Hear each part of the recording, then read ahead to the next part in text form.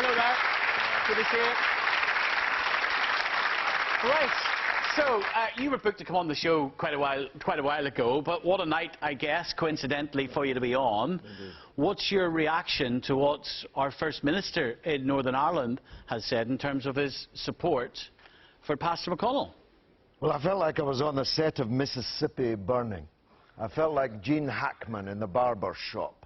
In fact, your staff had to hold me back from coming on and confronting the kind of mindless, ignorant bigotry to which your audience has just been treated. And I really don't think you should underestimate just how grotesque that first item was.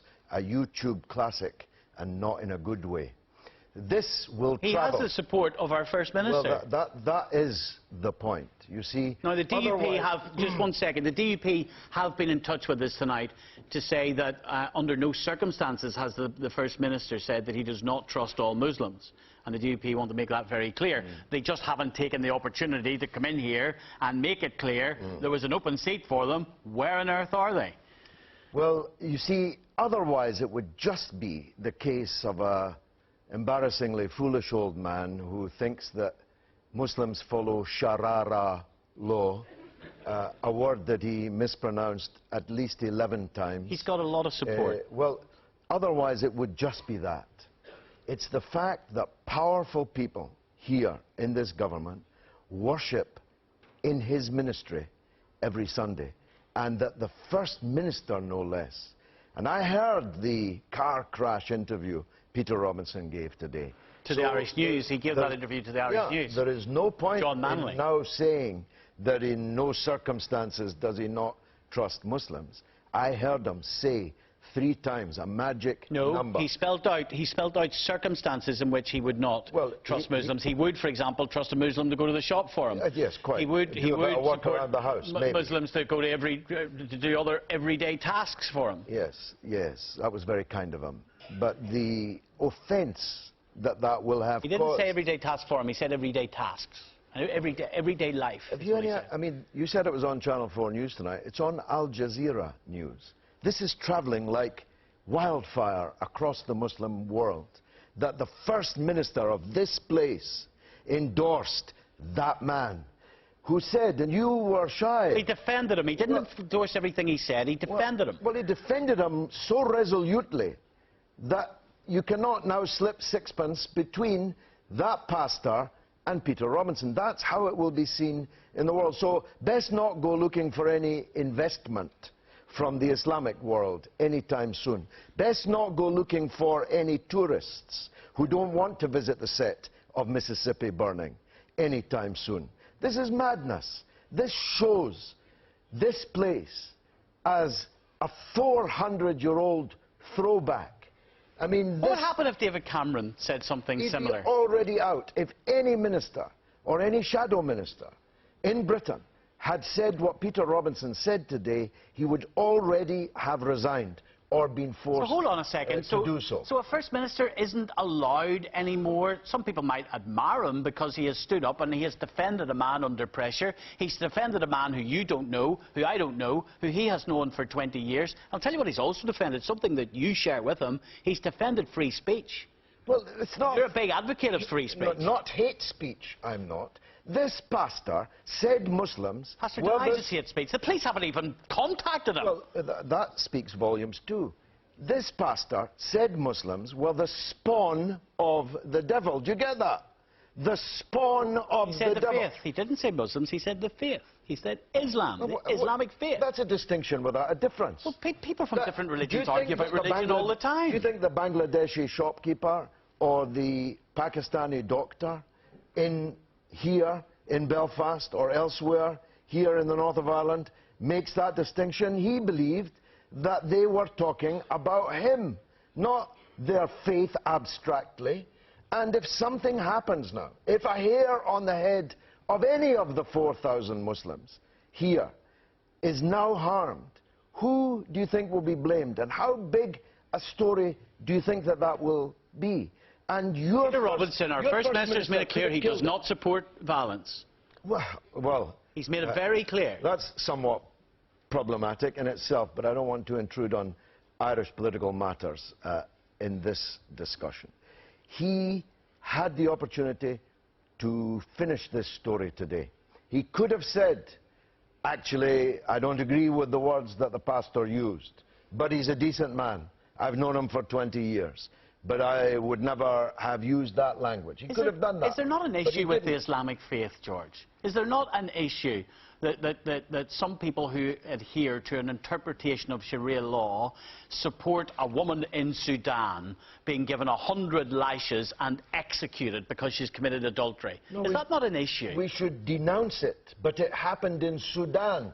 It has nothing to do with the Muslims in Britain. And you're telling me there would be no Muslims in Britain who would follow Sharia law, who would support that? I know of no Muslim, and I represent tens of thousands of them in Parliament. And there's no issue... I know of no Muslim. I defy you to produce one. And there's no issue of Islamic extremism in Britain? Oh, there is. None? There is. And this man you had sitting here is one of the leading men who condemns it. And I condemn it. There is Islamic extremism. Do you think the pastor's words and Robinson's support of them will help or hinder Islamic extremism in Britain? Will it make people more fanatic, more angry, or less fanatic and less angry? This was a grossly irresponsible interview Peter Robinson gave this morning. He set fire to an issue that would have actually died out, would have just been put down to another crackpot pastor in Northern Ireland. Is this about you and your Respect Party? That's what it would have been done. That's what had been done. And by the way... It's about you and your Respect Party, courting the Muslim vote. Is that what's going on here? Listen, I'm of Irish Catholic background. I used to hear these pastors... I don't even know if you're a Muslim or not. I don't know. Are you? I don't know. It's none of your business what I am. I'm telling you this. There were plenty of pastors here used to talk about Catholics in that language. Used to call us the spawn of the devil. The Pope, the Antichrist. Most people in Britain thought that the North of Ireland was getting away from all that. Thought that the peace process was bringing you into the century the rest of us are all in. Peter Robinson just tore all that up today. I'm telling you, that's what happened. Well, this story could go away, couldn't it? Well, it was on British national news tonight. I'm telling you, it's on the news all over the Muslim world. And if we're unlucky, they'll be clipping the Nolan show right now for tomorrow night's news. Here's someone talking about Sharia law. Sharia law. He doesn't even know the words that he's denouncing. He knows nothing about the religion he's smearing in such a comprehensive way. And that dignified young man that sat opposite him was a hero. So why do you think he has so many supporters then? Well, that's the worrying thing. How many supporters? Is that not a democracy? Well, I think that decent Christian Protestant people should disassociate themselves wholesale and quickly from this fanatic that you had on here. There's a guy here who wants to speak to you. Go ahead. Yeah, go ahead. Grey shirt, go ahead. Where do we get a mic to you? I'm going to mic to you. Wait there. What I'd like to say to George is this: you're scaremongering, okay? The man was in his own church, in his own assembly, for 40 years teaching people, raising them up for protection for their own family, to raise up family in a right order, to respect every person. That's why he's respected in his church. The media came in and listened to what he was saying on the platform. Then they manipulated it and brought him out into the world and turned around and told him he was telling people he didn't trust them. Trust. No, we didn't. Hold on a minute. Listen. No, I'm sorry. You listen. The media didn't tell him anything. The media asked him. No, the media manipulated him. By the way, the media manipulated everything he said. By the way, he was talking in context of a theological sermon. Can we talk rather than just shouting over each other? One second. One second. One second. You need to for to hate Christians. Right. And I'm telling you now, the Christians are starting to stand up. We're not having it no more. Right. Okay. It's as simple as that. All right. And so, do you mistrust all Muslims? Trust is built through knowing people. Right. So he doesn't. Hold on. Listen. So how do you trust Pastor McConnell?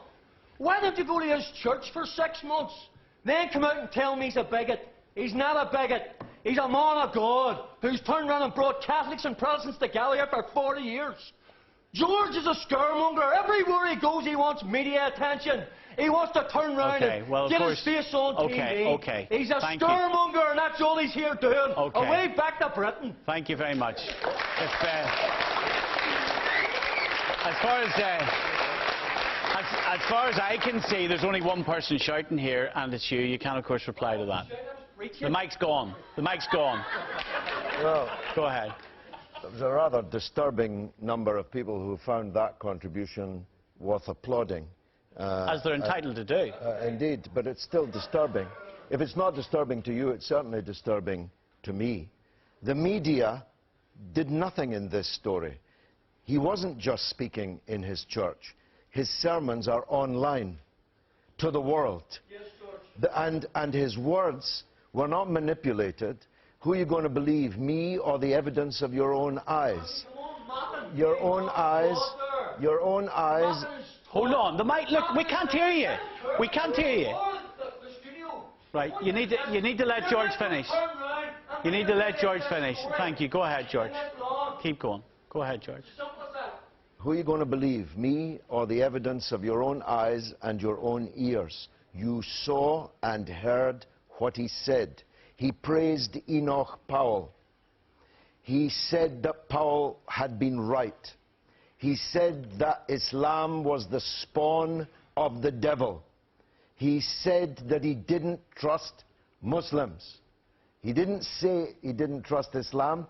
He didn't trust Muslims. He said there were some say there are some good Muslims in this country. Okay. Maybe so, but I don't trust them. There's a young lady here, white shirt, go ahead. Oh, hello. I was just going to respond to that gentleman's response there.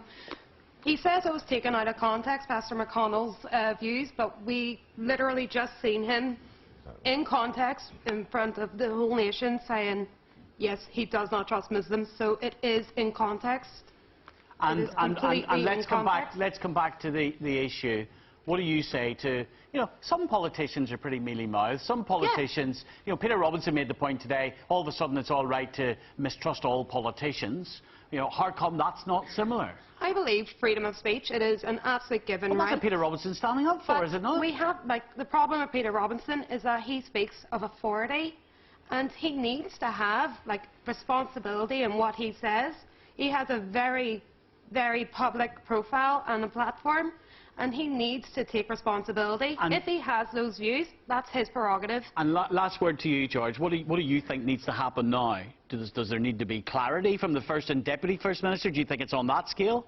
I think unless Peter Robinson comprehensively withdraws the things he said this morning, then he must be deemed not fit for office. Now, I must tell you, I always thought... Well, that's for the Northern Irish public to decide, isn't it? Not you. Well, it is. Ballot box. It is, but as far as I know, Peter Robinson wants Northern Ireland to be part of the United Kingdom. As a member of the United Kingdom Parliament, I'm telling you that the overwhelming view in Britain, if not here in Northern Ireland, is that this man is not fit for office if these are the kind of things he's going to say. Here's my final question, because we're out of time. It may be a case at the next general election, who knows what way that'll all churn out, but it may be the case that the Conservatives, that Cameron would need the DUP support. Can you see David Cameron taking flak now across the water if he aligns himself or joins up with the DUP and some guys because of how it would be interpreted, or not? Will it be gone by then, a year down the line? Well, a year will go past quickly enough. I think it would quickly come up again. But David Cameron's fate is of no interest to me. But the fate of the people here is of great and familial and historic interest to me.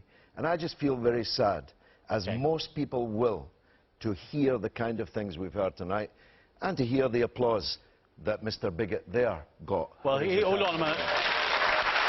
Hold on a minute. OK, we're out of time. Ladies and gentlemen, please thank our guest tonight, George Galloway. George, thank you. And off he goes. He's gone already. Now, roll up, roll up. Duffy Circus is in Belfast this week, but there